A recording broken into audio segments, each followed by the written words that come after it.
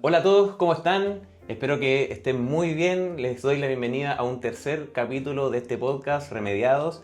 Y para los que no se acuerdan o se olvidaron de los capítulos anteriores, acá en este podcast vamos a hablar de salud y medicamentos. Y la idea de esto es que ustedes puedan sentirse mucho más cercanos a lo que es la salud en general y puedan realmente comenzar a cuidar su cuerpo, ¿cierto? Que yo siempre digo que finalmente es algo que nos va a llevar hasta la muerte. Entonces, la idea de todos estos capítulos es que vamos a traer a personas que es cierto que nos van a ayudar a que ustedes puedan sentirse, digamos, de alguna manera mucho más cercanos a todo esto. Y para no aburrirlos más, la invitada de hoy es una gran amiga mía. Ella es enfermera de la Universidad Católica del Maule. Además tiene un magíster en lo que es docencia universitaria de la Universidad Europea del Atlántico, España. Por otro lado, en experiencia laboral, ha trabajado en Hospital Base de Puerto Montt en el área de la unidad de paciente crítico y también tiene una formación profesional de la Universidad San Sebastián, Patagonia. Ha sido enfermera jefe de la unidad de toma de muestras de la Pontificia Universidad Católica de Talca y además, aparte de ser enfermera, ella es instructora actualmente de Bikram Yoga y ahí obviamente mientras avancemos en la entrevista vamos a hablar sobre eso. Así que mientras tanto, ella se ha dedicado a eso y además hoy en día se encuentra estudiando para rendir una prueba para ir a trabajar como enfermera a Estados Unidos.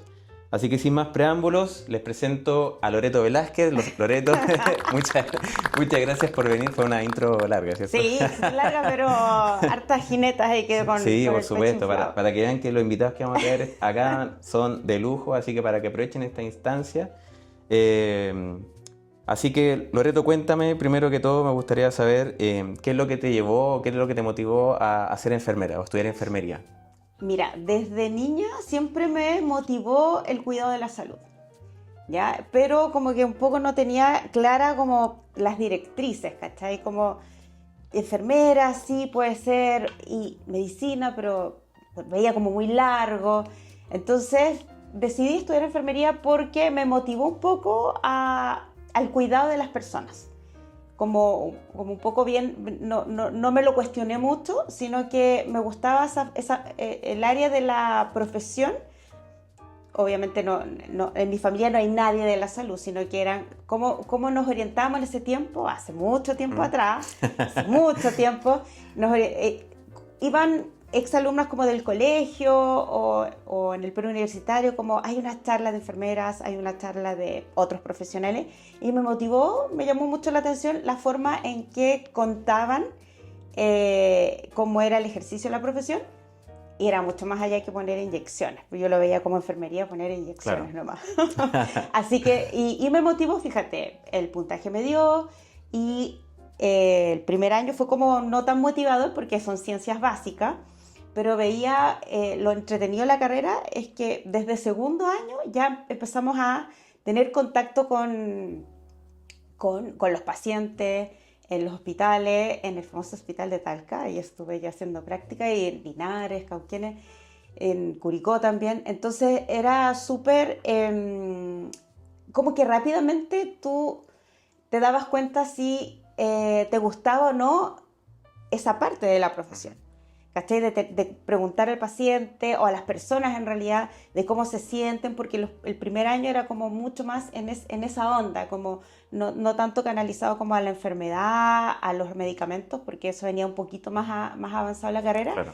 pero ese contacto con las personas y entender que a veces, bueno, Talca en ese tiempo era mucho más, menos ciudad, llegaba mucha gente del campo, que tenía muchas creencias en cuanto a su autocuidado, muchas cosas que no hacían. Entonces uno aprende también y retroalimenta bastante para poder educarlos finalmente, que en ese tiempo habían pocas enfermeras que daban, por ejemplo, una enfermera de noche para 90 pacientes. Uy. Era impresionante. Entonces el interno después era el que hacía todo.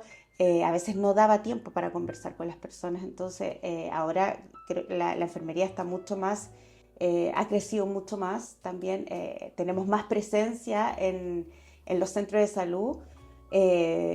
Pero a veces nos desligamos un poco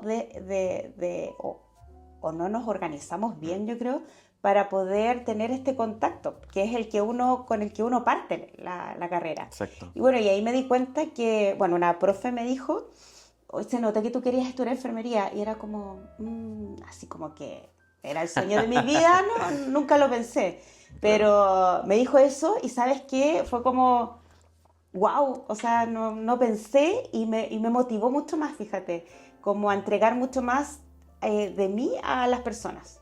Entonces eso te da esa inyección para poder investigar más, estudiar más, no quedarte un poco con lo que te pasan en clases, pedía libros y, y, y meterle más onda también a las asignaturas que eran por ejemplo, de psicología, ¿cachai?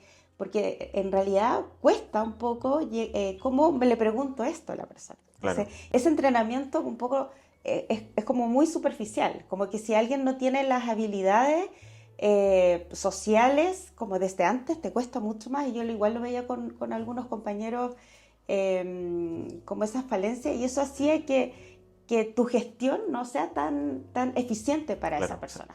Pero tú, por ejemplo, o sea, recién, claro, me comentabas que tampoco era como un sueño ser enfermero, Claro, ¿cierto? Pero digamos que siempre como que tuviste esa labor social y por eso igual como que de alguna manera cuando supiste, no sé, de la carrera, como que, digamos, creíste que, digamos, saliendo de la carrera en sí, como que iba a poder ayudar más a las personas.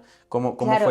Cómo fue eso en realidad cuando estabas en la universidad? O sea, como, ¿cuál fue digamos, la orientación que le fuiste dando? Porque finalmente, claro, uno entra a la U, una carrera. Yo, por ejemplo, entré a estudiar farmacia sin saber lo que era ser químico farmacéutico, pero obviamente a medida que fui estudiando, pasando los años, ¿cierto? Como que fui cambiando un poquito la orientación a lo que yo quería hacer como farmacéutico. Entonces, cuenta un poquito cómo fue tu experiencia ahí, como para dónde quisiste orientar como un poco la enfermería? Bueno, claro, como tú dices, cuando uno entra tiene una idea de lo que es la carrera. Yo creo que a todos nos pasa transversalmente en muchas carreras. Y después te vas dando cuenta, me gusta esto, me gusta lo otro, o bien realmente no me gustó. Entonces me fui dando cuenta que me gustaba el paciente crítico.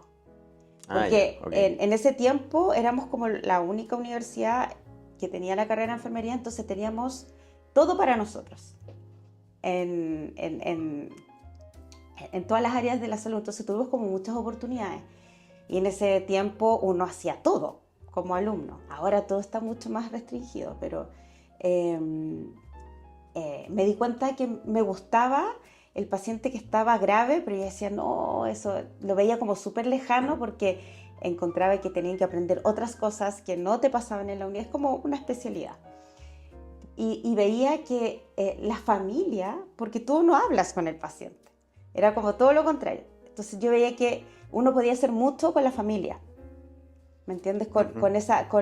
Con la esposa, los hijos que estaban ahí. En ese tiempo casi no había horario de visita para los pacientes críticos. Entonces era en ese ratito que a lo mejor tenía el médico de turno 20 minutos para hablar con ellos, el otro tiempo era de nosotros y del equipo de enfermería también. Claro. Porque a veces no está la enfermera, si estaba los TENS que trabajaban con nosotros y eso eh, hacía la relación súper cercana. Y a veces típico los comentarios como, los enfermeros de cuidados críticos son súper insensibles, como que, no sé si lo has escuchado, como que no tienen, como que uno ve máquinas, bombas, Claro, ventilación los mecánica, pacientes los están pacientes están intubados muchas veces, claro, sedados, claro. intubados, pero uno hace mucho más con la familia. Y un paciente grave a lo menos está una semana. Mm. Y estás todos los días con él, porque tampoco entran las visitas, sino que es uno o dos familiares y hay apoyo, hay contención, y a la hora de los hospitales, por lo menos en el sur, donde yo trabajé, nos tocó también cambiarnos de hospital, de un hospital chiquitito, viejito, a un hospital grande, con un espacio amplio, donde incluso hasta la familia ya se podía quedar en la noche en un berrier cómodo, no en una silla como de colegio, ¿cachai? Claro. Entonces todo eso se ha ido cada vez más humanizando la atención en salud. Oye, qué bueno que justamente me hace el alcance digamos, de cuando trabajaste todo en esta unidad del paciente crítico. Y que claro, o sea, en realidad, para todos los que no saben, la unidad del paciente crítico literalmente es cuando llegan pacientes Los que más graves. mucho más graves, claro, y que generalmente se tienen que sedar sí o sí, como digamos, para tranquilizar un poco el cuerpo y poder trabajar con el paciente, es decir, ayudarlo y sacarlo de ese estado de gravedad. Entonces, claro, en la labor sobre todo del enfermero, ¿cierto? De las enfermeras y los enfermeros es crucial en el cuidado del paciente y claro, como dices tú, digamos, en el trato con la familia. Sí. Y en ese sentido a mí me gustaría, bueno, yo creo que a todos nos gustaría saber qué situaciones viviste y que se repetían, digamos, en esta experiencia que tú tuviste en la unidad de paciente crítico. O situaciones como heavy que encontraste y que te pudieron marcar, como digamos, en tu experiencia como laboral también. Mira, muchas situaciones, bueno, y siempre lo cuento en realidad, porque me dicen, bueno, yo tengo una hija de 20 y dos niños chicos. Entonces con la de 20 yo era mucho más joven, un poco más light, pero ahora con la experiencia y el tiempo, no sé, la piscina, que soy como súper estresada, ¿no? Que esto, el chaleco Claro. así, probado, certificado, no el infla. Entonces, ¿por qué? Porque vi mucha gente joven, bueno, y los piqueros, mucha gente joven morir, joven, 15, 17 años, o que se tiraban en lugares, por el sur hay harto río, lago, que se tiraban en lugares no habilitados piqueros, caían mal, daños medular y tetraplégicos.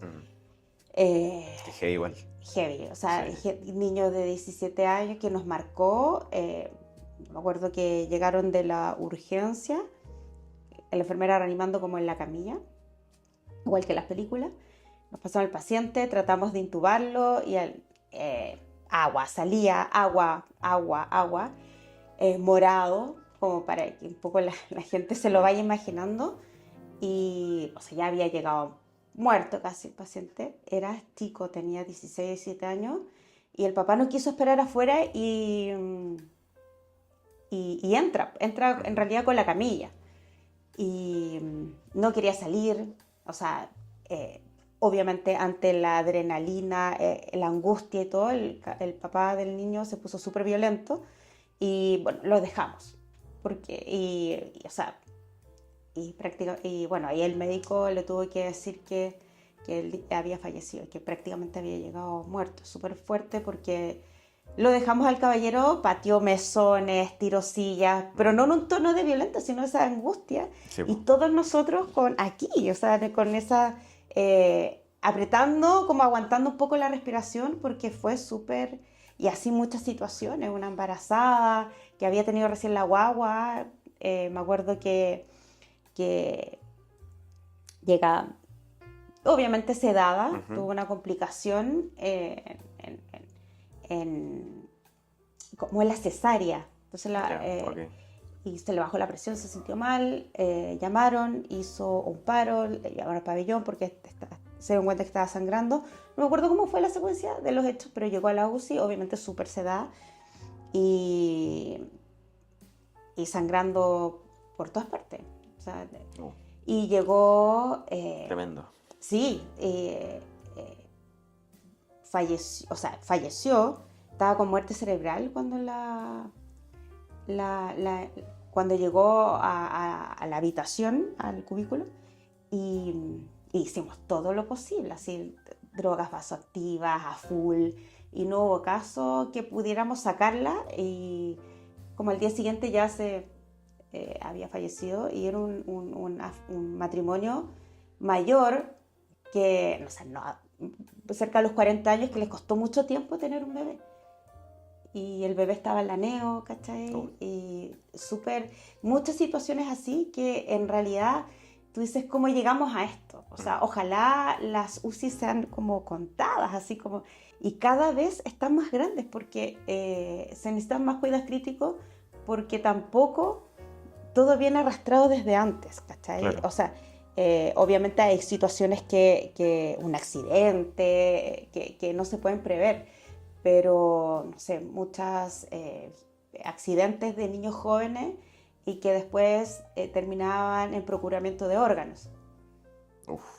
Entonces, Oye, pero esa situación nos tocó vivir como mucho, mucho. en ese sentido, igual a mí me gustaría saber, bueno, y obviamente como un mensaje para las personas que no están viendo, que digamos como opinión personal y profesional a la vez Ujú. en el fondo, pero ¿qué crees tú que las personas debiesen entender como sobre el cuidado de su salud para evitar terminar en este tipo de situaciones? Porque claro, como tú bien dices, en un principio no eran tanto las personas que llegaban a estas unidades de cuidado intensivo o de paciente crítico en el fondo, pero hoy en día cada vez se aumenta mucho más, pues. O sea, Están de hecho, por creciendo sí. ejemplo, a mí me tocó el año 2021, cuando Ujú. todavía estábamos en COVID, trabajar en la urgencia del hospital de Antofagasta y en realidad, bueno, yo me hice muy amigo de muchos enfermeros del turno, que aprovecho de mandarle muchos saludos, de verdad, porque se pasaron. Pero era tremendo, o sea, ver un montón de pacientes intubados, bueno, y hay algunos que obviamente no lo lograban, no lograban pasar ese estado, pero para un poco como resumir en el fondo como toda tu experiencia en lo que fue todo esto, ¿qué crees tú que las personas como que debiesen cuidarse más? Porque obviamente uno, claro, uno puede decir que de repente, no sé, un paciente llegó con un shock séptico, Cosas que tú, por cosas claro, que uno no puede manejar muchas veces, claro.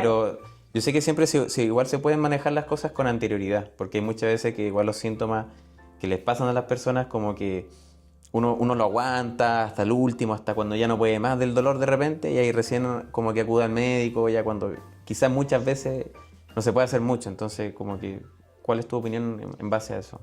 Yo creo que hay un déficit de autocuidado, pero en base a que hay poca información real. ¿Cachai? Creo que eh, Pero así como información poco po- real, como a que es como poco confiable. poco confiable y la gente como que un poco, o sea, culturalmente tampoco estamos acostumbrados a leer y a buscar buenas fuentes, como que creemos que todo está en las noticias. Mm. O ahora con las redes sociales, todo lo que aparece ahí es TikTok, como lo correcto, sí, sí. ¿cachai? Y no sé, por ejemplo, algo tan simple, ¿cachai?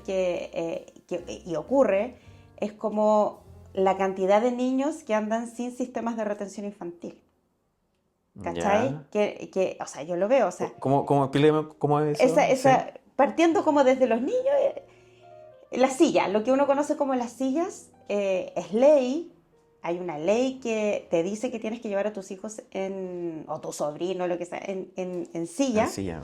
Hay sillas que son en relación al vehículo, a la edad del niño, al peso, al percentil, un montón de detalles, que esa no es mi área.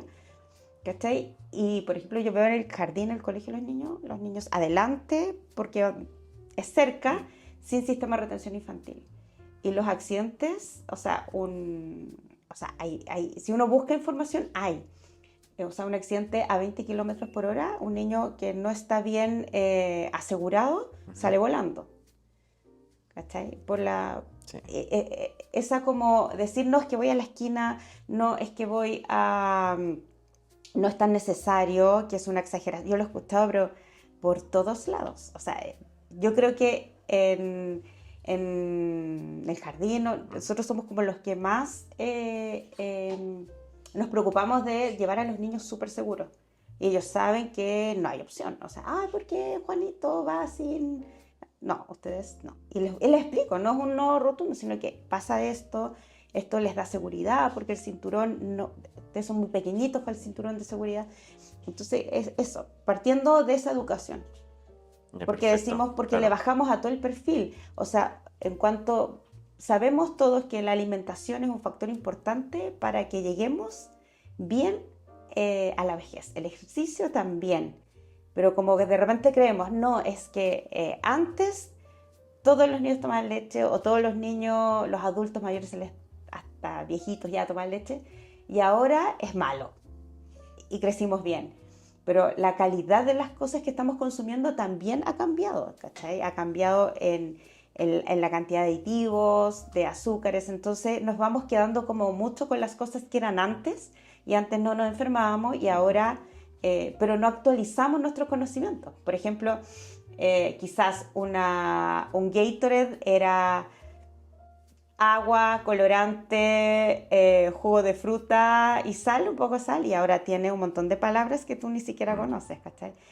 Y eso tú lo puedes bajar esa información. Entonces, claro, Sí, ahí es como creo. el tema de los ingredientes, po. Claro, entonces es como, resumiendo un poco, para no alargarme, es como salir como de esa creencia o de esa, con lo que crecimos. ¿Cachai? Lo mismo pasa, por ejemplo, con los niños o las personas adultas neurodivergentes, ¿cachai? Antes nadie era así y ahora todos son así. Entonces estamos como Como una cayendo... moda casi. Claro, entonces, pero estamos un poco, ya, pero veamos por qué. Entonces, ya, ¿qué pasaba en tu infancia? ¿Cachai? ¿Cómo fue cuando ibas al preescolar? ¿Cachai? Si te acordáis, a lo mejor no te gustaba algo, tenías problemas con las... Quizás, como dicen, a lo mejor todos tenemos algo pero no significa que estemos enfermos, sino que somos personas distintas, que tenemos necesidades diferentes, ¿cachai? Y el autocuidado, y el autocuidado va no en la forma como que yo prevengo enfermedades, sino como yo llevo mejor mi salud, ¿cachai? Si tengo, por ejemplo, tú que ves en el norte, quizás el acceso a tanta verdura es más caro, ¿cachai? Pero dentro de mi medio, ¿cómo lo hago mejor para mí y para mi familia? Entonces, a lo que voy es como ver e informarse y de repente dejar de pensar como un poco, esto antes se hacía igual y nadie está enfermo. Porque las cosas, el mundo, todo ha cambiado. Terriblemente ha Entonces cambiado. uno tiene que actualizarse como desde la cabeza para tomar conciencia. Antes todos almorzábamos juntos en la semana. Yo, o sea, tú eres más joven, pero yo me acuerdo cuando chica me iban a buscar al colegio, almorzábamos todos juntos y cada trabajo, colegio, nos repartíamos. Y ahora, por lo menos te sentabas a comer. Ahora la gente pasa de largo, no come, o come una fajita caminando por la calle. Una chaparrita. O una empanada, ¿cachai? Entonces, Sí, sí. porque igual es incómodo llevar. Por ejemplo, yo estuve en un trabajo donde no había un lugar para comer, ¿cachai? Entonces, sí o sí, claro, te daban los tickets para poder comprar, pero no... Tampoco alcanzaba para cubrir un almuerzo como de un poco mejor. Se alcanzaba para una empanada, una bebida. Más nutritivo. Claro, entonces, sí. Y como no había ningún lugar, ¿cachai? Estás como un poco obligado a... Como optar como por lo más rápido. Por lo más rápido, pero a veces es mejor, vemos como nuestro tiempo o querer irnos rápido al trabajo, terminar todo rápido, pero descuidamos lo más importante, que es hidratarnos, nutrirnos, de repente caminar un poco, movernos, el tiempo con la familia, porque trabajamos ahora mucho sentados. Es verdad. Y en el fondo eso ha llevado, bueno, y sobre todo en la temporada COVID, que nos volvimos como todo muy sedentarios, y ahí, bueno, obviamente surgieron un montón de enfermedades que antes tal vez no se veían, cosas así. Y en el fondo, bueno, tú eres una profesional que ha visto muy de cerca el uso de medicamentos. Eh, ¿Cómo ha sido tu experiencia con los medicamentos? Más allá de la vida personal, me gustaría saber cómo laboralmente hablando. ¿Cómo has visto tú el uso de los medicamentos en los pacientes que atendiste, por ejemplo? O incluso, también puede ser en tu familia. ¿Cómo ha sido tu experiencia con los medicamentos en general? Mira, o sea, en cuidados críticos, como un poco, son medicamentos que en realidad no son de uso cotidiano. Entonces, Claro. como que el paciente está grave, utiliza droga vasoactiva, está en ventilación mecánica, hay que sedarlo. Y para todos los trastornos hidroelectrolíticos también hay formas de compensar. ¿Qué Pero- nos podría decir? Perdón, disculpa que te interrumpa. Es que, claro, o sea, un poco el objetivo de esto es también bajarle como esa información a las personas que de repente pudiese ser compleja. O sea, por ejemplo, que un nombre muy técnico. De hecho, en la primera entrevista hablamos con Vicente Astorga, que es el presidente de... Bueno, él tiene su laboratorio y todo el tema, y hablamos justamente del tema del acceso a la información de los medicamentos. Y con eso tú tocaste el tema de las drogas vasoactivas. ¿Qué son las drogas vasoactivas? Así como súper simple para que la gente lo pueda entender. Son medicamentos que se ponen, que se diluyen de acuerdo al peso y al objetivo que necesitamos para el paciente, que ayudan a mantener que la circulación, por decirlo, y como cuando uno está muy, muy, muy grave, baja mucho la presión, entonces ayuda a mejorar la presión y de esa forma el corazón se mantiene activo y si el corazón anda bien, va a andar bien el cerebro, el hígado y los órganos vitales. Claro. Entonces, eso es como el general. Pero lo que uno ve es como, no sé, yo no, quizás puede ser algo un poco polémico, de Dale repente Dale le nomás. doy sin filtro. Sí, dale nomás. Las noticias alarman mucho, ¿cachai? Sí. Las noticias asustan. No, que los niños se están muriendo en la urgencia, que la urgencia está llena y ya, pasa. Lógico que pasa, que el sistema de salud está saturado. Pero también no hay una educación o falta de, y no por la televisión, sino que en los mismos centros de salud, oye, pero si tu hijo no ha tenido fiebre, se dicen las noticias, o en comerciales, el MinSal siempre está educando, pero es como un comercial nomás. Entonces a la gente no le interesa o no tiene tiempo porque la gente se mueve más ahora con redes sociales. Claro. Entonces hay un... Perdón, dale nomás, sí. Dale nomás que... Dale, sorry. Entonces el tema de la educación ahí es clave. Porque quizás estas 3 horas, a lo mejor no era necesario que lleves a tu hijo porque tienes fiebre. ¿Ya? Enseñar a los padres a manejar la fiebre, pero de verdad los niños. No solamente cuando... a ver, la fiebre es como que el común denominador, y yo por la cuenta que tengo de alimentación infantil, y como al final quedo como la enfermera SOS, como para las familias que ha ayudado en esa otra área, ¿cachai? Mi hijo tiene 38, ya, calma. Entonces le dan el típico, el paracetamol, lo que sea, y sube la temperatura. Entonces es como, entonces explicar como todo, la fiebre, las mamás, las familias, como fiebrefobia, ¿cachai? Claro, sí. Entonces, y más en un adulto, y los niños en realidad toleran súper bien la fiebre, los adultos tenemos 38, estamos muriendo. Sí. Estamos súper mal, pero es más raro, pues raro que uno tenga fiebre porque, bueno, el sistema de defensa va fortaleciéndose con el tiempo, pero en realidad es súper, como hay falta de educación y hay falta de búsqueda. Porque si no se corta, ¿viste? Entonces, trata de ir moviéndolo cada cierto tiempo. Uso una polera súper ancha, me parezco embarazada. corten eso. Así todos lo vamos a...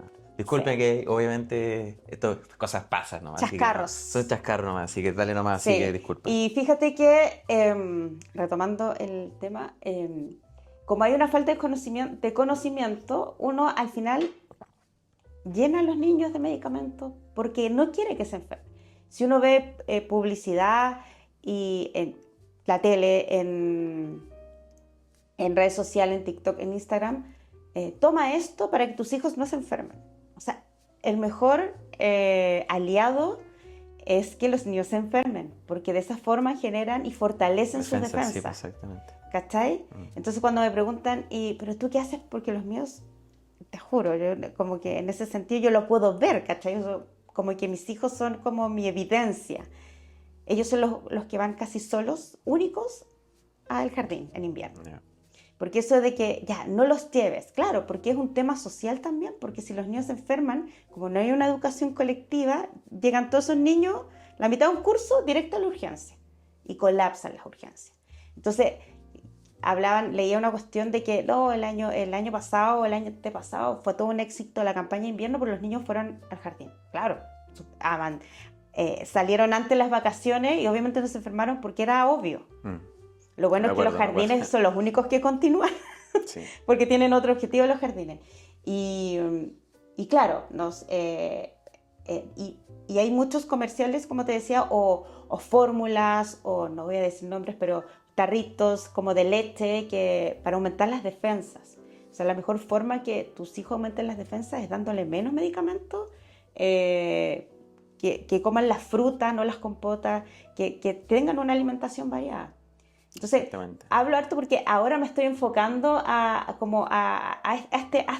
esta área, educando a muchas mamás, y como que a veces está segura, así como que no me creen mucho. Dale, sí, de Ojito verdad, ahí, ojito ahí. sí, de verdad que las cosas, cuando uno se relaja también, porque uno transmite toda esta emocionalidad, y las emociones hacen que tu mente, tu cuerpo vibre alto o baje la vibración. Y de eso igual depende de tu sistema de defensa. Entonces hay niños que me duele un poco la cabeza. ¡Ah! Tómate para que no te enfermes. Al final le baja el síntoma y se va a enfermar igual. O le dan diclofenaco, yo he visto eso, y Oh, el diclofenaco no sirve en sí. niños. Eso, para que lo tengan súper en cuenta, el diclofenaco en niños no sirve. No hay evidencia sólida que haya visto que el diclofenaco sirva para bajar la fiebre. De hecho, Es súper dañino. es súper dañino. Es dañino netamente para los niños, más No, que no, no, beneficio. Así que diclofenaco. no diclofenaco para los Cuando niños, mi por hija de favor. 20 era chica, era diclofenaco lo que le daban, po. Y claro, yo la primera vez le di, la fiebre le bajó, pero después tuve que casi envolverla en manta de mat porque hacía hipotermia. Estaba helada, así yo asustada y dije, "Oh". Para que sepan. Sí, Ojo ahí. se los digo por experiencia. Sí, y o sea, en realidad no hay que darle ningún medicamento a los niños. Hay que hacer, o sea, si tu hijo tiene, estamos hablando en general de niños sanos, porque si estamos, obviamente hay niños que tienen otras condiciones que no es lo mismo. Estamos hablando el estándar, que son niños Claro. sanos, que no tienen ninguna otra complicación Claro. en salud, que nacieron, si fueron pequeñitos al nacer, perdón, o fueron prematuros, que ahora están con la edad corregida, Ujú. es distinto. Oye, ¿y cómo ahí, por ejemplo, la Ujú. enfermería puede aportar, más allá como del cuidado clínico, como en los hospitales o clínicas, y cómo es el rol del enfermero como en el tema de la educación a los pacientes? O sea, ¿dónde entra ahí, dónde puede ahí entrar el enfermero o la Mira, enfermera en realidad? eso es fundamental. Y le diste justo en el clavo, porque en realidad, justito, justito, porque en realidad, como que uno ve al enfermero, los enfermeros nos hicimos famosos para el COVID. Sí, Así que sí, todos sí. nos amaban, ¿cachai? Sí. En el Primera mundo. línea y todo Sí, el tema. no. Sí, sí. Pero, o sea, la enfermería, bueno, aquí en Chile todavía como que uno hace como todos los roles, pero la enfermería tiene distintos roles. Bueno, la enfermera administrativa, la clínica, pero aquí en Chile como que uno hace como de todo un poquito. O sea, si eres enfermero jefe nomás, pero y te dedicas a otras áreas. Pero, por ejemplo, en los centros de salud, en los consultorios, bueno, los CEFAM ahora, yo todavía estoy pegado con la palabra consultorio, se cambió hace La como posta. 10 años más.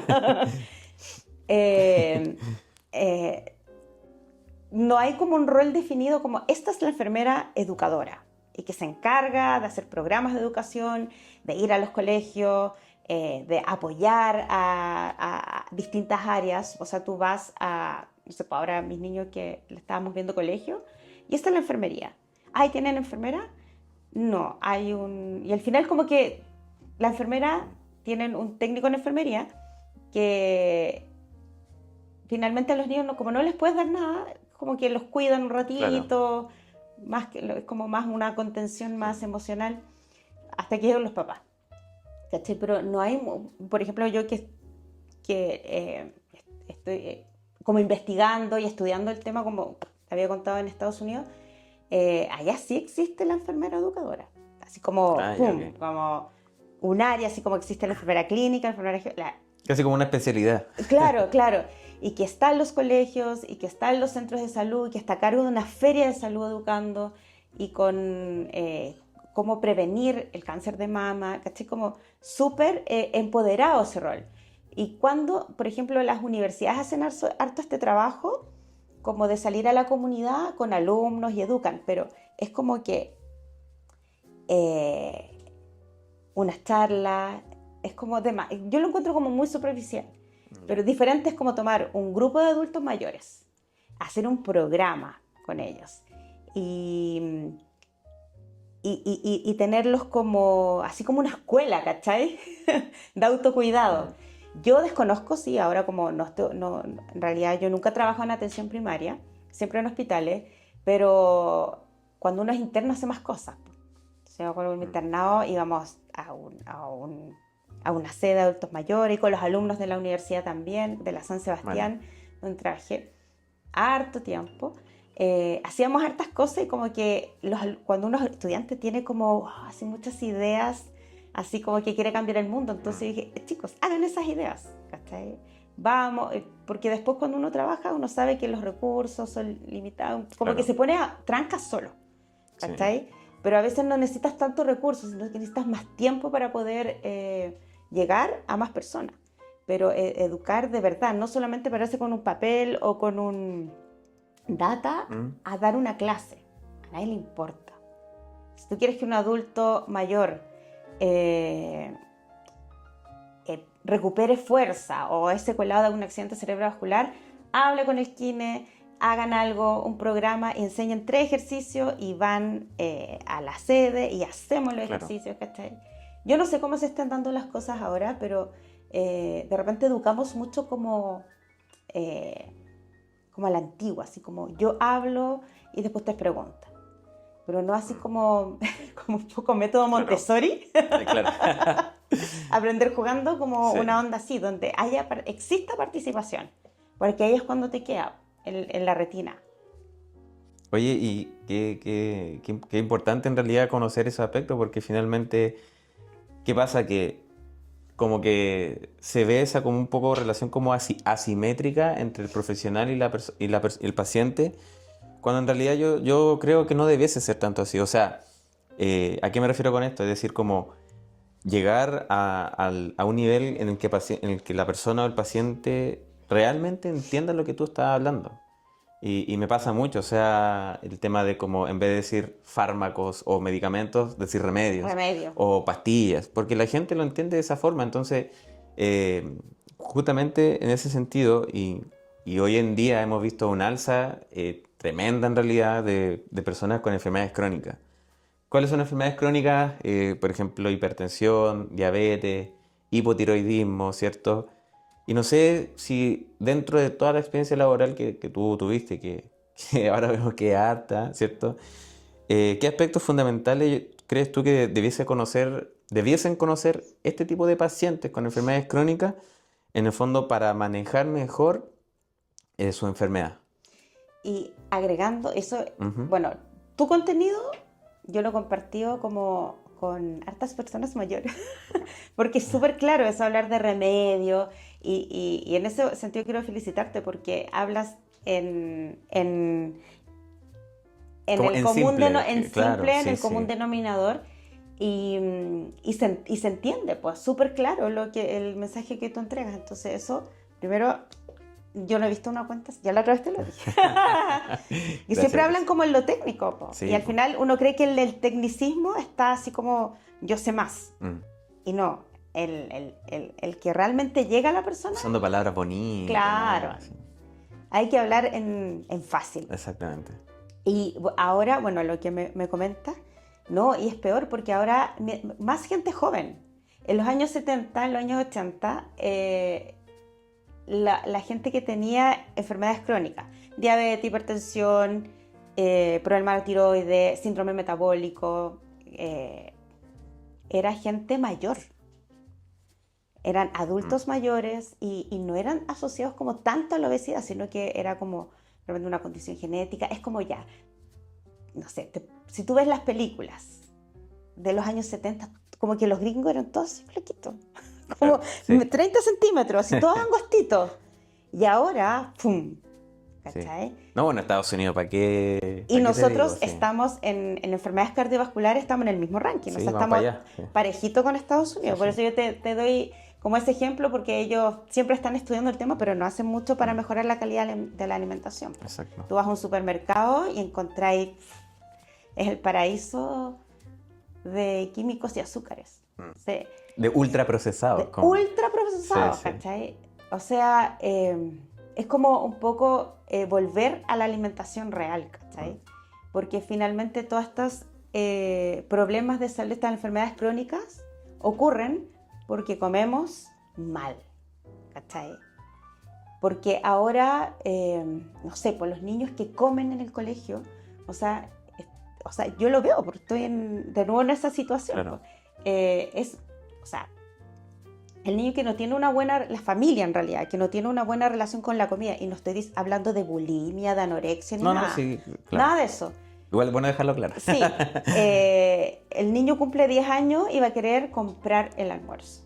Le va a pasar plata, pero ese niño no va a elegir la verdura, la fruta, ese niño va a elegir la papita, las golosinas. O sea, ya de partida los colegios no deberían vender tonterías, ¿cachai?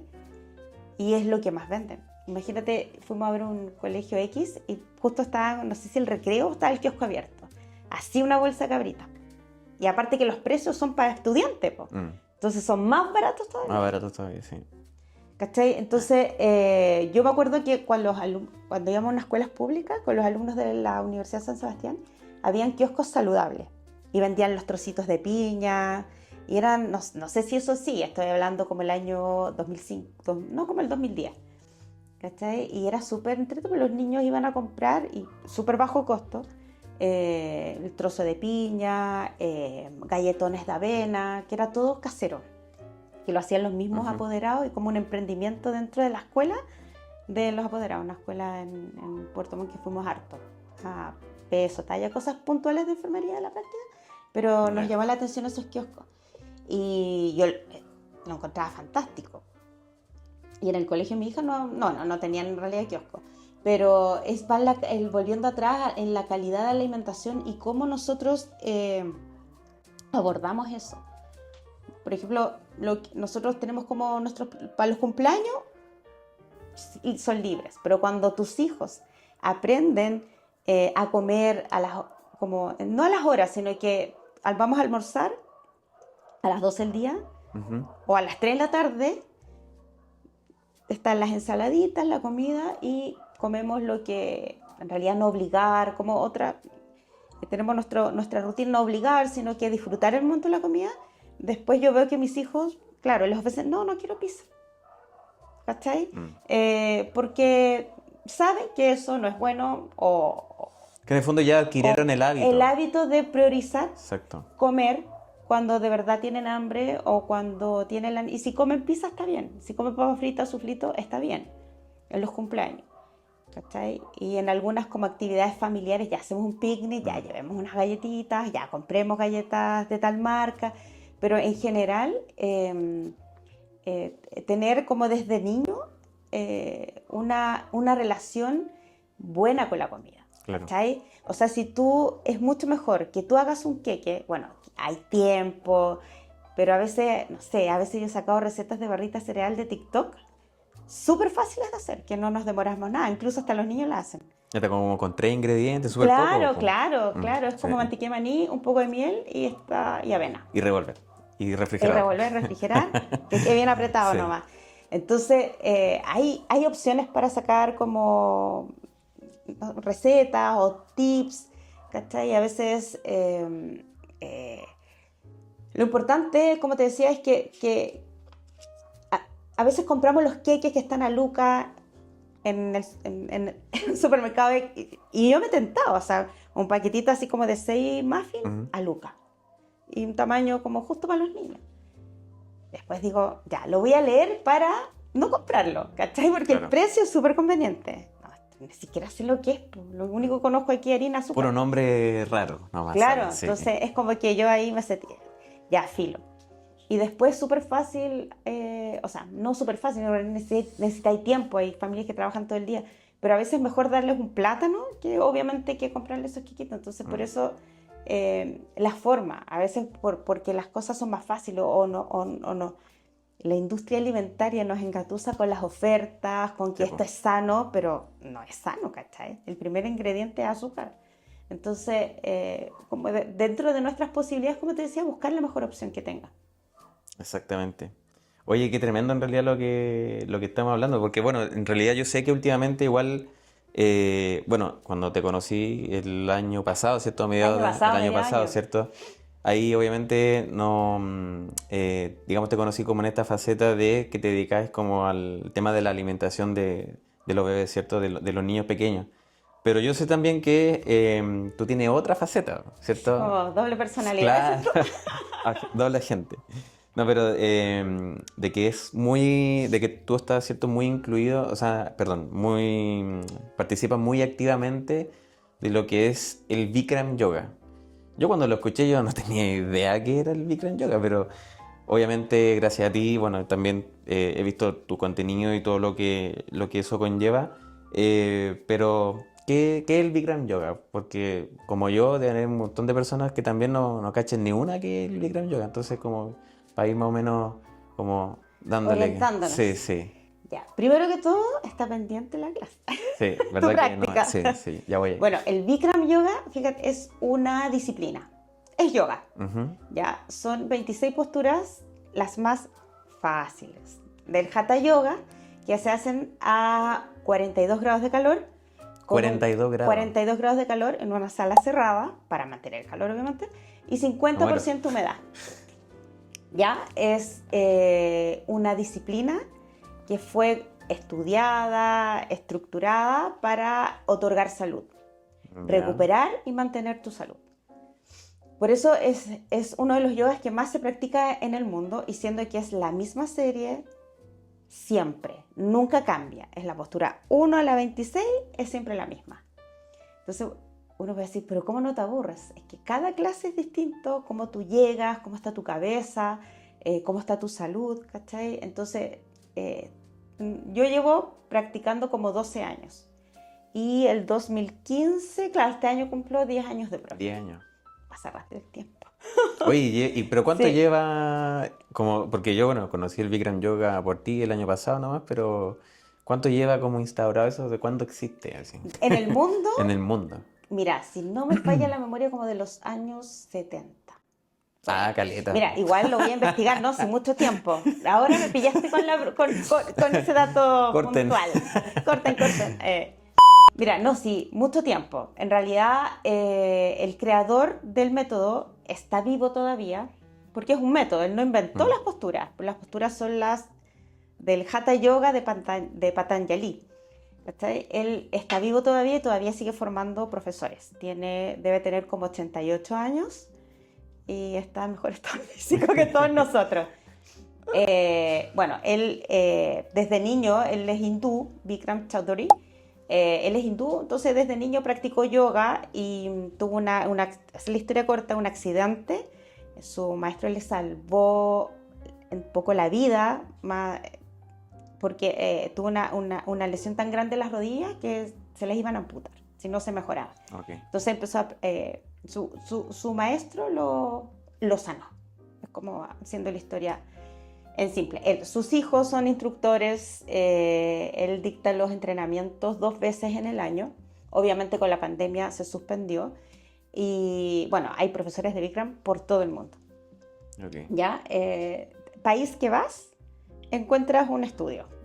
Y es como cuando uno ya sale de vacaciones, voy a ir a este lugar porque hay un estudio. Así como súper, porque la práctica te hace bien. O sea, la práctica trabaja todos los sistemas como en una secuencia. En realidad todas las posturas ayudan a todos los sistemas, pero puntualmente la primera iba en orden como creciente, ¿cachai? La primera ayuda a esto, la segunda a esto, entonces la primera es prerequisito de la anterior. Okay. Ah, perfecto, entiendo. Por eso la secuencia no se cambia. Entonces las últimas posturas donde trabajas más intensamente la columna. ¿Por qué la columna? Porque la columna es el eje funcional, estructural y emocional y espiritual. O sea, ya muchas culturas, disciplinas se basan en la columna o en la energía de la columna, tenga distintos nombres en distintas formas. Es como que nos pasamos a otro otro plano. a así otro ya, plano viaje que... astral y todo. Claro, Entonces, pero en realidad es eso, es un método perfecto. de salud. Entonces, ¿quiénes llegan a practicar? Mientras más enfermo estés, mejor. No soy flexible, te hace flexible. Soy tieso, te hace flexible. O sea, no soy flexible, te da flexibilidad y te otorga fuerza. Todas las posturas buscan el balance entre la fuerza y la flexibilidad. Y bioquímicamente hablando está el principios bioquímicos todo el rato. Entonces, todo el rato, en todas las posturas o estiras un órgano o lo comprimes. Entonces hace efecto torniquete. Entonces, cuando tú comprimes disminuye la circulación. Y cuando estiras, ¡fum!, la sangre llega como pisando una manguera. Entonces, por eso, y más el calor y la humedad ayudan a que el cuerpo se adapte mejor. Es como que si tú haces la clase fuera de ese ambiente, lo más probable es que quedes todo molido, tieso y que sea peor. Entonces, el calor, ¿qué hace? Ablanda la musculatura. Entonces, como relaja el músculo. Claro. Como cuando tú te tuerces el pie, desinflama. Y la humedad lo que hace es ayudar a la vía respiratoria también y a la piel. Es como una nebulización. Una nebulización con sauna, claro, con calor. Qué bacán. No, la experiencia es, o sea, imagínate, yo la primera vez que practiqué, siempre cuento esa experiencia, o sea, la clase no podía pararme. O sea, la respiración, bueno, fumaba un montón. Enfermeros somos buenos para fumar. Turno de noche, fácil, 10 cigarros, ¿cachai? Uno tras otro. Uno tras otro. El de antes de entrar a turno, el de antes de recibir turno, el de después de recibir turno, el de medianoche, el de las 4 de la mañana para despertar, todo. El que hace turno me va a entender. Y no solo el enfermero. Entonces... Mejor que Bueno, y el tema es que yo fumaba un montón. Y no sé, pues imagínate, fumaba tanto que cuando me quedan 10 cigarros, pues la cajetilla trae 20, yo ya tenía que comprar porque me iba a quedar sin cigarro. Así el nivel de dependencia. Y cuando practiqué, así, hecha pebre, más encima fui saliente turno noche, y una cuestión de que me olía asqueroso el olor a cigarro. Y eso yo fumaba. Ni siquiera me sentía así como, ¿qué onda? La ropa, ¿cachai? Y bueno, súper mal, deshidratada. Y como que al día siguiente me di cuenta, o 2 días después, no he fumado. O sea, no fue tanto el detox de esa clase. O sea, el detox, estuve botada. Y el profesor me decía, que ahora somos bien amigos, lo has hecho súper bien. Y yo, este gallo se está riendo de mí, si no he hecho nada. Sarcástico. Yo no he hecho nada, así como, no, como que casi se burlan de la gente. Así con una súper mala actitud de parte mía. Y bueno, todavía existe esto de hacer una semana de pruebas. Ojalá dentro de 7 días hacer la mayor cantidad de clases que puedas. Yeah. Obviamente no fui al día siguiente porque estaba pebre. No me dolía nada. Pero sí tenía miedo, en realidad. Y después fui de nuevo y típico que me encontré con una amiga y empecé a conversar y entré como 5 minutos después del profesor. Y me retaron. Esto es disciplina, bla, bla, bla. También con ese profesor somos bien amigos. Ahora, ¿cómo se te ocurre? Yo vi que llegaste como 5 minutos antes de la clase y entraste 5 minutos después. Eso no puede ser. Entonces, como que me dio vergüenza, como esa llamada atención, como que entraste tarde a clase después del recreo del colegio. Y me hizo, chuta, qué importante es la responsabilidad, la disciplina. Me hizo mucho clic. Y después fui como el último día para no perder la plata. Esa fue mi mentalidad de yoga. Llegó el último día y ahí como que ya conocía la serie. Obviamente hice el mínimo esfuerzo para no cansarme, para no quedar botada. Claro. Pero la retroalimentación me hizo mucho clic. O sea, dejaste de fumar por el... Ya empecé a fumar como socialmente. Ya. Dejé de comprar cigarros. Para los que quieren dejar de fumar. Sí, Bikram yoga. Dejé de comprar cigarros y si salía ya, era como que amigas que fumaban me daban un cigarro, pero era como súper social. Y si compraba me duraba, porque uno, o sea, las personas que más se quedan en la práctica son las personas más mayores. O sea, hay adultos mayores, gente de 70, de 80 años practicando 4 veces a la semana. ¿Cachai? Y es súper emocionante verlos, ¿cachai? Y mucho como está tu cuerpo, el cuerpo habla, ¿cachai? Sí, pues de todas habla maneras. Y tú ves a esa persona y después yo les pregunto cómo está y si veo algo como en su práctica, su cuerpo, algo que les cuesta mucho, y efectivamente algo pasa ahí, ¿cachai? Entonces como que ahí logré entender que el cuerpo y la salud están pero obviamente súper conectados, no es algo, no me gané el premio Nobel por este comentario, pero realmente lo sentí así, ¿cachai? Y a mí me hizo más que bien, o sea, a mí me cambió totalmente, o sea, después de un año y los profes, en general el equipo, que en ese tiempo, cuando yo partí, ¿cachai? Siempre, y ahora siempre estamos motivando mucho más a los alumnos, porque a veces uno dice, pucha, la postura nunca me sale, da lo mismo la postura, es la actitud con la que enfrentas la clase, eso es lo importante. ¿Cachai? Y a mí me motivaron porque yo siempre decía, no, es que no puedo hacer esto porque tengo turno. Pero hay un montón de horarios, organízate. Claro, siempre se puede, sin fondo. Y me di cuenta que siempre se puede, o sea, nunca pensé practicar 60 días continuos, ¿cachai? E intenso, hay una transformación, sí. Y fue tanto, y decir, lo logré, ¿cachai? O sea, es constancia. Sí, exactamente. ¿Cachai? Y sin miedo. Y bueno, y después o sea, al año de práctica, o sea, ese año, fue como el 2012, claro, como un año después de estar practicando, decidí ser profe. Y ahí renuncié al hospital, y ahí como que hice como que este cambio, como que ahora volvía después como a cubrir turnos, como claro. Mi vida part-time de enfermera. Claro, part-time, exacto. Oye, qué bueno, en realidad... esta conversación yo sé que duraría para un montón de rato más, pero por honor al tiempo ya tenemos que ir terminando, pero obviamente sin antes dejarte a ti la instancia para que igual les pudieras, en base obviamente a todo lo que hemos conversado ahora, a todo el objetivo que tenemos como remediado, ¿cierto? El podcast, ¿qué te gustaría, qué recomendaciones te gustaría darle a las personas para que, no sé, ya sea por el tema de la alimentación de los niños, para el cuidado o también para el cuidado propio de nuestra salud? ¿Qué recomendaciones, tips, mensaje te gustaría dejarles? Así que ahí esa camarita te la dejo así como para que... Miren, dale, no. Hay algo que a mí siempre me llamó la atención cuando era niña, veía como a los abuelitos postrados en una cama esperando su muerte, así como... no era frecuente, pero tengo esa imagen, fueron 2 personas, pero me quedó como súper en la retina. Y creo que los adultos mayores tienen toda la vida por delante, por decirlo, para mantenerse lo más saludables posible. Y a veces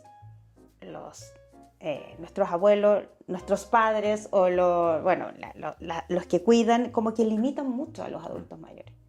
Como que no camine, que se va a caer, claro. Entonces, o sea, yo que tengo hijos chicos ahora a los 45 años, ¿cachai? Es como que pienso, yo no quiero llegar así, ¿cachai? Yo quiero ojalá conocer a mis nietos. Yo le digo a mi hija grande y a mi marido, les digo, quiero vivir hasta los 100 años mínimo, ¿cachai? Mínimo, ¿sí? ¿Cachai? Buena meta, sí, ¿cachai? Sí. Porque, y llegar a los 90 pudiendo hacer mis cosas solas, ¿cachai? Caminar, ser autovalente, quizás en el camino pueden pasar muchas cosas. Ojalá conocer a mis nietos, porque ahora más encima nadie quiere tener hijos, ¿cachai? Entonces mis hijos, ojalá conocer de 2 días por último a mis nietos, ¿cachai? Entonces creo que el autocuidado, no automedicarse, buscar la mejor opción para comer, como que ahora yo me enfoco ya. Si hay cumpleaños, compramos más cosas en el supermercado. Pero, por ejemplo, la fruta en la verdulería, compramos la carne y que el supermercado lo justo y necesario, ¿cachai? Porque venden muchas cosas que son súper tentadoras. Y a veces como mamá también para nuestros hijos, ¿cachai? Entonces, llamo para que nos informemos, cuidemos nuestra alimentación, hagamos ejercicio, aunque sea caminar y andar en bicicleta con los niños, o salir al parque y correr detrás de ellos, ya es ejercicio para uno. Moverse, ¿cachai? Movimiento es vida. Movimiento es vida, y si nuestros hijos nos ven haciendo cosas positivas por uno mismo, por nosotros, ellos van a seguir ese ejemplo. Ya, si fumas, no fumes delante de tu hijo, ¿cachai? Yo con mi hija la de 20, fumaba yo en ese tiempo delante de ella. Entonces ahora para ella es como, lo ve como relajo, no fuma, pero tiene un vapo. ¿Cachai? Entonces como parece que eso es peor que lo otro. No sé. Anda por ahí en realidad. Anda por ahí. Anda por ahí, ¿Cachai? Pero ella sabe y trata como un poco de evitarlo, pero ella como que lo asocia a una sensación de estrés, de todo. Pero ya le vamos a lavar el cerebro. Pero eso, como a cuidarse para que tengamos una vida, cada vez tenemos más tecnología, cada vez vamos a pasar más sentados. Quizás las enfermeras después vamos a estar todo como con robot y más sentadas, ¿cachai? Por lo menos en la UPC, en los hospitales nos movemos caleta, ¿cachai? Pero comemos mal. Entonces, aliméntate bien, toma harta agua, el agua que tengas, pero toma agua, que todas las bebidas, las golosinas sean situaciones especiales como para todos. Caminar, moverse, eso, en realidad. Y que nadie va a cuidar de tu salud como tú mismo lo puedes hacer. ¿Cachai? Y que todos lleguemos a los 100 años, pero impeque. Ese es Capítulo sueño. 1548.000 viejitos aquí. Oye, no, Loreto, de verdad, muchas gracias. De verdad que yo estoy muy seguro de que más de una persona, muchas personas, yo creo que le van a encontrar muchísimo valor a esta entrevista. Así que yo creo que incluso podía quedar para una segunda parte también. Obvio. Así que te doy muchas gracias por venir hasta acá. Y a ustedes muchas gracias también por llegar a esta parte del video. Se nos extendió un poquito el tiempo, pero ojalá que se haya pasado, se pasó volando en realidad. Volando, sí. Y nada, pues nos vemos en el próximo capítulo de Remediados, así que cuídense y les mando un abrazo muy grande. Chao, chao. Que estén súper bien. Chao. Chao, chao.